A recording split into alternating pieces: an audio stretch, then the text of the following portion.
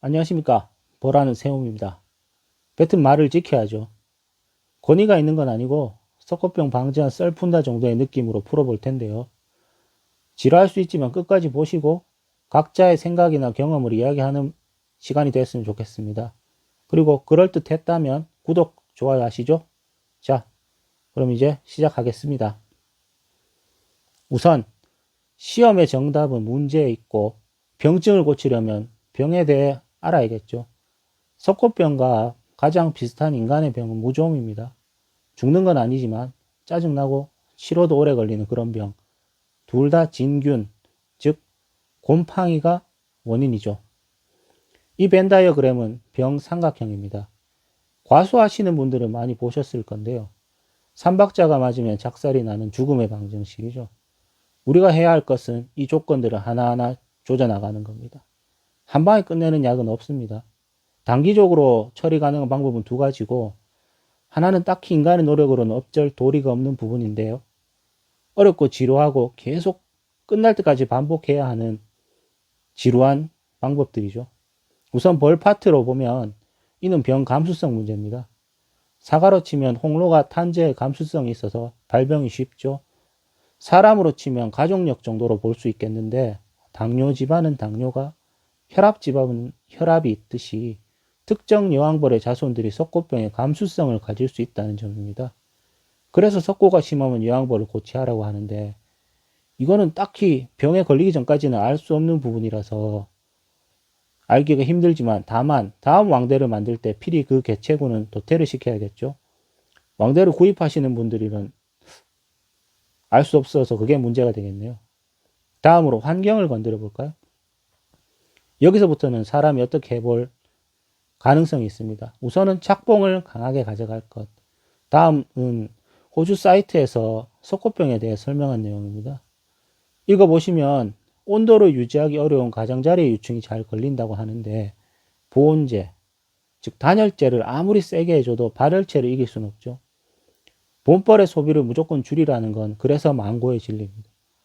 착봉을 좋게 가져가면 가장자리가 추울 수가 없죠. 따라서 석고가 많은 벌통을 개수를 많이 유지해봐야 쓸모가 없으니 합봉을 쳐서 착봉을 강하게 하되, 멀쩡한 통과 합봉을 치면 다우리와 전염되는 수가 있으니 석고끼리 합치는 게 좋겠죠. 그리고 따뜻하게 소문의 방향은 남쪽으로. 그리고 무좀과 비슷하다고 했듯이 무좀의 확실한 치료법인 잘 씻고 잘 말리고 통풍을 좋게 가져가는 것 또한 중요합니다.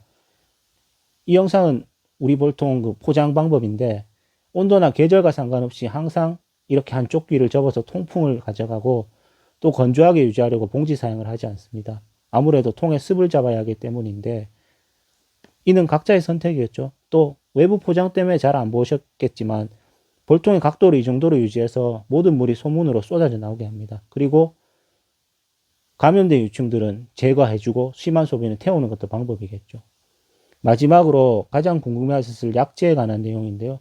경험에 의한 내용과 여러분과 함께 고민해 볼 문제 두 가지가 있습니다. 이거 여러분도 모두 아실 제품인데 응애균독입니다.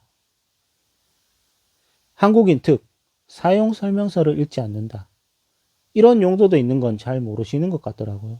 응애 때문에 많이 쓰시던데, 우리는 응애에 얼마나 큰 효과가 있는지는 모릅니다. 왜냐? 약을 종류별로 여러 가지를 쓰니까 도대체 뭐가 들어서 응애가 죽었는지 몰라서죠. 다만 이걸 쓰니까 희한하게 석고가 없더란 말이죠. 그래서 찾아보니 떡하니 백목병 피해 감소라고 적혀 있던데요. 그래서 여기서 가장 중요한 포인트는 사용 시기와 방법을 어떻게 하느냐 하는 것이죠. 한국인의 또 다른 특, 설명서에 적힌 대로 쓰지 않는다. 설명서에는 사시사철 사용 가능하며, 알갱이를 뿌리면 벌이 이를 물어내거나 날개짓하는 과정에서 소비 내로 번져서 효과를 나타내며, 이는 본계를 뚫지 못하기 때문에 즉각적인 효과를 나타낸다기보다는 어느 정도 시일이 걸린다라고 하죠. 사실 이거 그냥 뿌리면 엄청나게 빨리 조원해서 효과가 있기는 한 건가 의심스러울 정도죠. 처음 뿌려놓은 게 한 20통 정도 지나고 나서 가보면 다 꺼내놨으니까요. 그래서 어떻게 하면 좀 더 벌과의 접촉을 늘릴까 고민해서 처음에는 테이프에 붙여서 놨는데, 이걸 도저히 벌이 못 떼더라고요. 그러다가 옛날에 벌 키울 때 신앙을 신문에 넣어서 투입했던 걸 떠올려서 이거를 신문에 싸서 넣으면 물어내는 속도를 현저히 지연할 수 있겠구나 싶더라고요. 그래서 그 싸는 방법을 고민해서 스테이플러 찝으면은 심이 남겠다 싶어서 봉투로 접기로 했는데 손이 너무 많이 가더란 말이죠. 그래서 연구한 게 이 방법입니다. 그리고 봉개를 뚫지 못한다면 봉개가 없는 시기에 사용하면 되지 않나라는 생각에 처음 벌을 깨우면서 이렇게 앞쪽에 투입했는데 소 뒷걸음치도 쥐잡는 격으로 석고가 생기지 않더라 이 말입니다.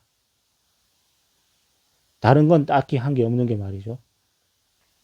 마지막으로 이건 여러분과 함께 고민해 볼 만한 내용인데요. 잘 아시는 분도 있겠지만 프로피온산이라고 있습니다.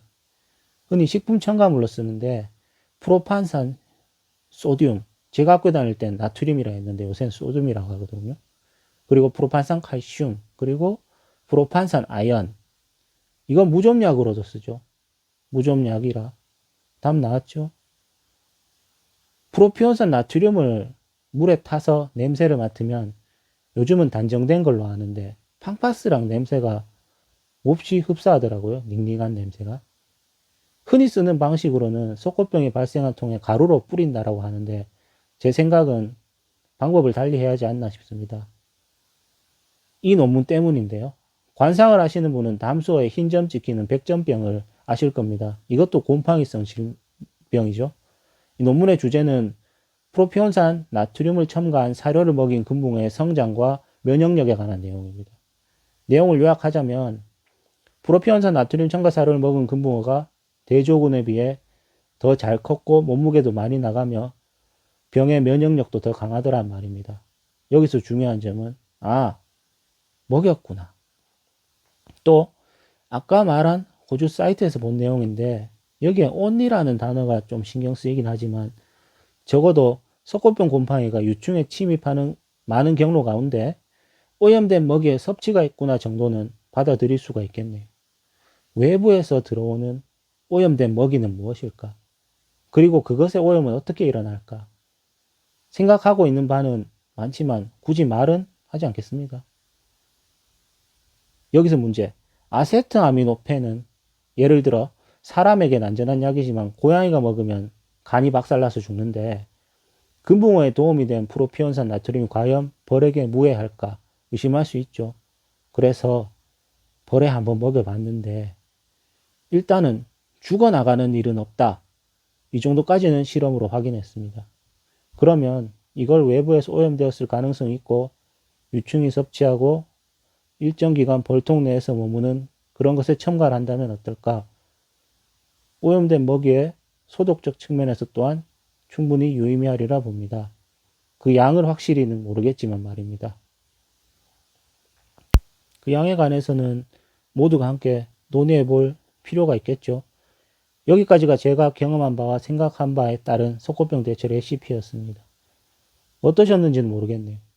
별거 아닌 거로 괜히 시간을 잡아먹은 걸 아니길 바라며 이상 세움이었습니다.